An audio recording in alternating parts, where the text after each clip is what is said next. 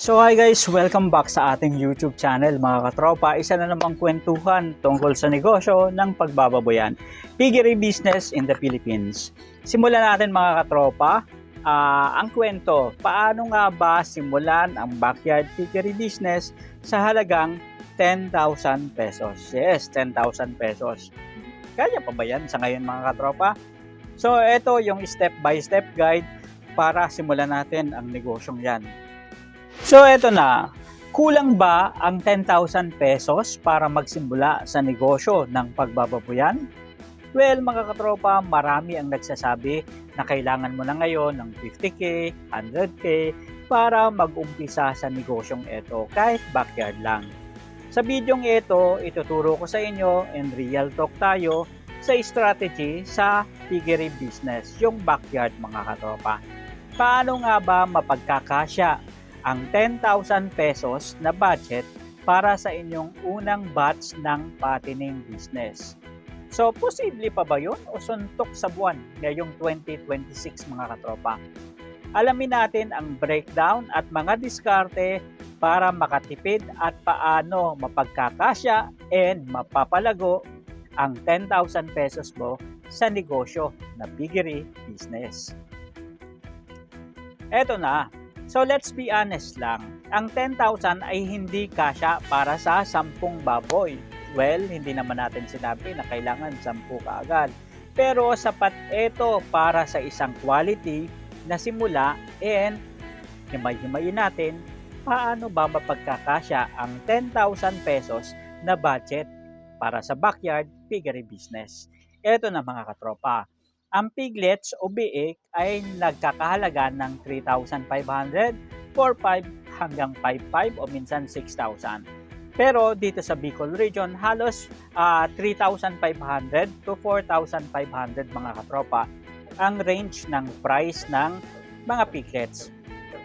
So eto, huwag natin mga katropa tipirin ang pagbili ng piglets. Kasi, number 1, dito nakasalalay ang 50% ng tagumpay mo. Humanap ka ng biik na hindi man F1, pero at least may crossbreed siya ng landrace o large white na nasa 12 to 15 kilograms. Balikan natin, 12 to 15 kilograms ang dapat mong bilhin na piglets mga katropa. So, ibig sabihin, pangalawa, na ipagkakasya natin yung budget is yung kulungan. Budget na natin kahit na simple yan ng 1,500 to 2,000 pesos. Dahil simula pa lang mga katropa, diskarte muna. Huwag maging kaagad, bongga kaagad, di ba? So kasi hindi nga kaya ng budget mga katropa. So gumamit ng mga recycled materials tulad ng kahoy, kawayan, at syempre mga lumang yero. Pero kahit na ganun man ang gamitin natin, kailangan pa rin nating maglaan ng 1,500 to 2,000 para pambili ng mga pako at kung ano-ano pa mga katropa. And ang importante, maganda, mapasimento natin yung sahig. Para hindi mahirapang linisin at iwas sakit na rin mga katropa. Kasi mas maganda na sementado ang sahig natin para hindi tayo nag-aalala na magiging sakitin ang ating mga piglets mga katropa. And ang semento naman, ang isang sako is nagkakahalaga ng 220 pataas mga katropa. Eto na, isa pang dapat natin pagkagastusan is yung initial feeds natin mga katropa na maaaring magkahalaga ng 3,500. Actually mga katropa, hindi kasya ang 10k hanggang makatapos ng harvest. Ang budget na ito ay para sa unang 1 hanggang 2 buwan lang mga katropa. Ibig sabihin, concentrate pa rin tayo mga katropa dun sa pre-starter na continuation and dire-diretso na ng starter.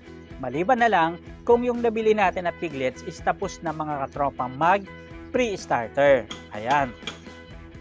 Ang susunod na pambili ng feeds ay manggagaling na sa sahod mo sa ibang racket habang lumalaki ang baboy. So, ibig sabihin pala, kapag may 10k ako, pambili ng, pagmagawa ng kulungan, improvements, and pambili ng piglets, plus may 3,500 ako na budget na pangpakain sa baboy sa loob ng 2 buwan. So ibig sabihin wala pa akong pampakain para sa grower stage niya at sa finisher stage. So sa grower stage dito mas malaki ang gastos mga katropa dahil sobrang takaw ng kumain ng ating mga alagang baboy.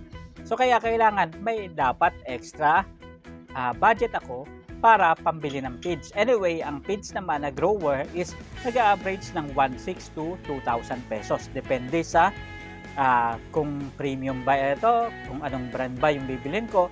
Pero sa market, mga 1,600 okay na. Minsan meron pang mas mababa mga katropa sa bawat isang sako ng grower and finisher na rin mga katropa.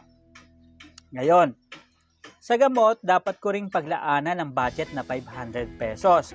Antibiotic, dewormer, vitamin B complex, iron, at kung ano-ano pa.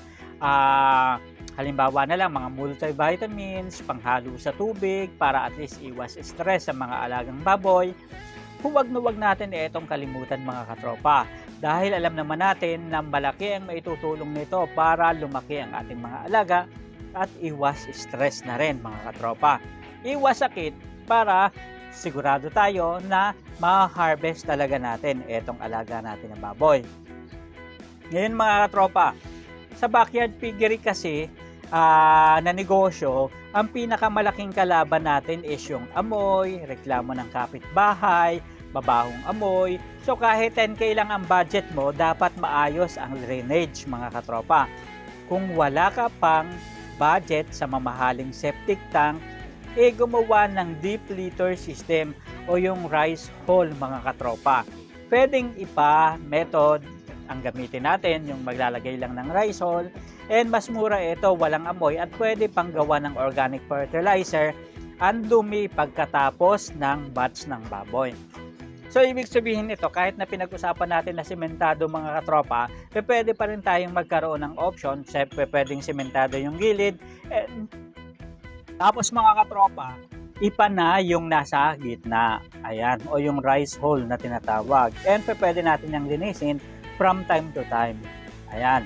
So mas mura ito at walang masyadong amoy mga katropa. At pwede mo pang gawing organic fertilizer later on na pwedeng pataba sa ating mga pananim sa babuyan. Ayan, sa gilid-gilid natin. Ayan. Ibig sabihin rin nito mga katropa, para mapagkasya natin ang budget natin, kailangan ng tamang feeding management. Ibig sabihin, tamang feeding program. Sa unang 30 days, wag nating titipirin yung starter feeds dahil dito binubuo ang frame ng baboy. Ibig sabihin, at least yung pundasyon niya sa paglaki, dito niya nakukuha mga katropa. Sa grower stage naman, pwede na tayong mag-supplement ng mga alternative na pagkain tulad ng kangkong, asola, madre de agua para mabawasan ang konsumo sa commercial feeds ng 10 to 20% mga katropa. Ang goal natin sa 10,000 budget ay hindi yumaman agad sa unang batch o sa isang batch o sa simula natin sa babuyan. Ang goal natin dito is number 1, matuto tayo. Kasi importante sa pagnenegosyo ng baboy, alam natin kung ano yung gagawin na pag-aalaga at pag-aaruga sa mga piglets and baboy na partner na inaalagaan natin. Ngayon, kapag naibenta mo na ang unang batch ng baboy mo, ang kikitain mo rito ay pambili naman para sa 2 piglets. Yan ang bubuo para sa batch 2 mo. Yan ang sekreto ng compounding sa pagbababoy. Ibig sabihin mga katropa, bibili tayo ng isa and after natin na maibenta ito, then syempre malaki yung pagbibentahan natin, i-compound na natin. So gagamitin natin yan pambili naman ng mas marami pang piglets para parami tayo ng parami habang tumatagal and habang dumadami yung cycle natin. Ayan mga katropa. So sana matuto tayo sa ganyang concept ng negosyo ng pagbababoyan. Ngayon, tanong ko, kaya mo na bang magsimula sa pag-aalaga ng baboy? Kung may 10k ka, huwag mo nang antayin na maging 100k pa yan kasi matatagalan pa yan mga katropa. bago ka kumilos. Ayan. So, importante na kung may pera ka, simulan mo na. Kung ano yung idea mo, simulan mo na. Kasi mauubos lang yan. Baka mamaya yayain ka ng mga katropa mo mag-inuman. Ayan.